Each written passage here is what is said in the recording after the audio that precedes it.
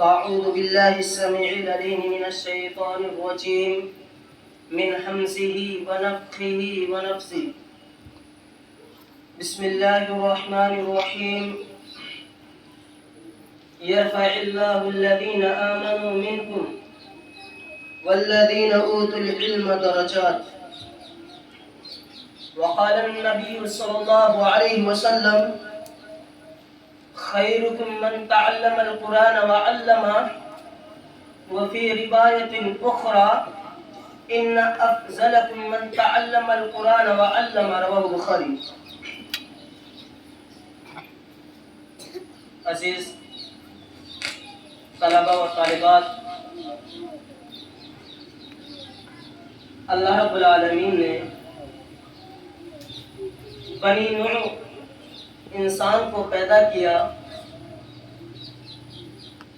اور پیدا کرنے کے بعد اللہ رب العالمین نے اس کائنات فانی کے اندر ہمیں کتاب و سنت کے مطابق زندگی گزارنے کا حکم دیا، اور جو قانون اللہ رب العالمین نے ہمارے لیے نازل کیا، جس کو ہم قرآن مجید کے نام سے جانتے ہیں، اور اس کتاب کو جس پر نازل کیا وہ اللہ کے نبی صلی اللہ علیہ وسلم ہے، آخری نبی۔ اس نے اس کتاب کو کھول کھول کر واضح طور پر تمام انسانوں کے لیے یا تمام انسانوں کے سامنے پیش کر دیا ہے۔ اب اس میں کسی چیز کی کوئی گنجائش نہیں ہے، نہ گھٹانے کی نہ بڑھانے کی۔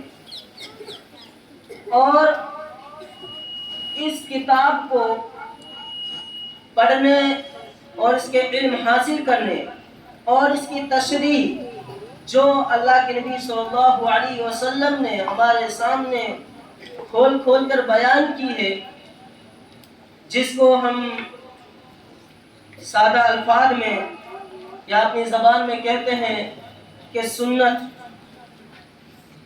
جو اللہ کے نبی صلی اللہ علیہ وسلم کی حدیث سے مشہور و معروف ہے،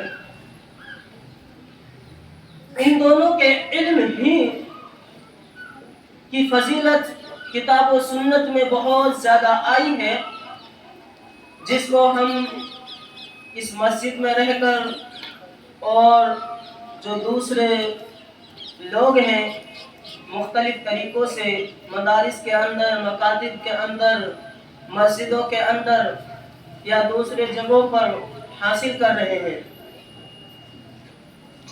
اللہ رب العالمین نے اس کی بہت بڑی فضیلت ذکر کی ہے۔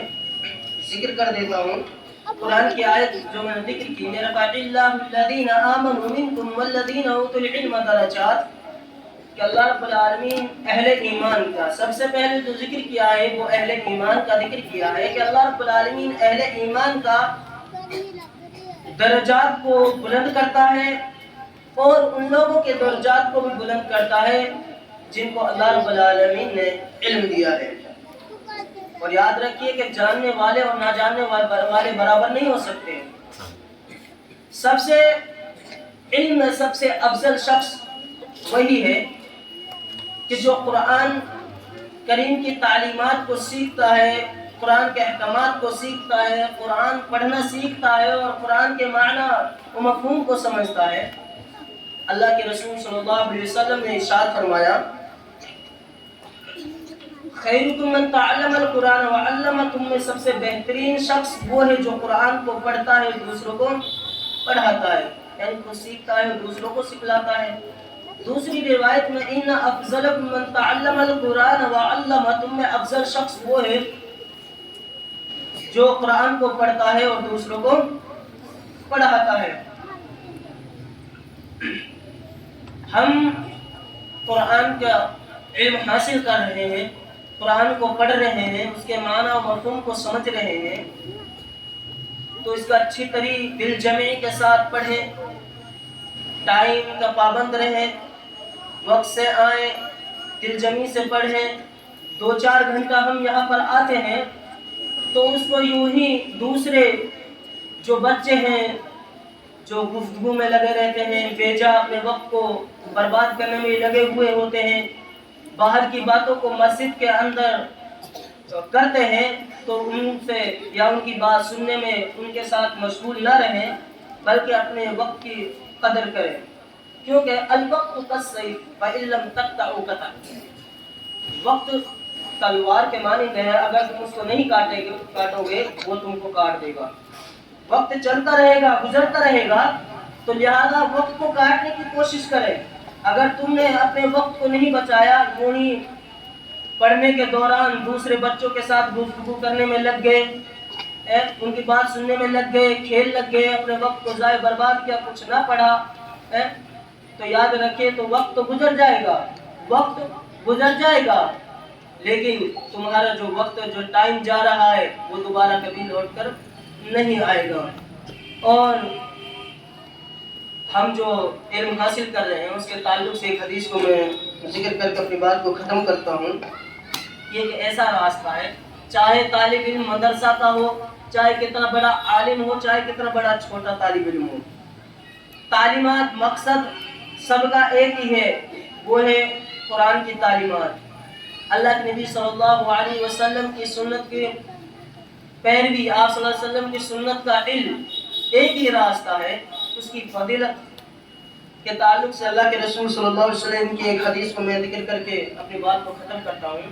اللہ کے رسول صلی اللہ علیہ وسلم نے فرمایا, من سلک طریقا یلتمس فیہ علما سہل اللہ لہ بہ طریقا الی الجنہ. کہ اللہ کے رسول صلی اللہ علیہ وسلم نے فرمایا, جو دین کا علم حاصل کرنے کے راستے میں چلا, یعنی اس نیت سے اس نے سفر کیا کہ وہ کتاب و سنت کا علم حاصل کرے, تو وہ جنت کے راستے کی طرف چل دیا. اور مختلف روایات ہیں جن میں فرشتے اس کے لیے اپنے پروں کو بچھا دیتے ہیں, اور حتی الحیتان یدعو له حتی الحیتان فی حجورہ کے الفاظ ہیں کہ چینٹیاں اپنے دلوں میں اس کے لیے دعا کرتی ہیں, اور سمندر کے اندر مچھلیاں بھی اس کے لیے کیا کرتی ہیں, دعا کرتی ہیں. تو حاصل کلام یہی ہے کہ ہم اپنے وقت کو برباد نہ کریں, بلکہ جس مقصد کے لیے ہم 10 منٹ 20 منٹ 1 گھنٹہ 2 گھنٹہ 3 گھنٹہ آئے ہیں, اس کو جی جان سے اسی کام میں جس مقصد سے ہم آئے ہیں اس میں لگائیں, یوں ہی ضائع و برباد نہ کریں.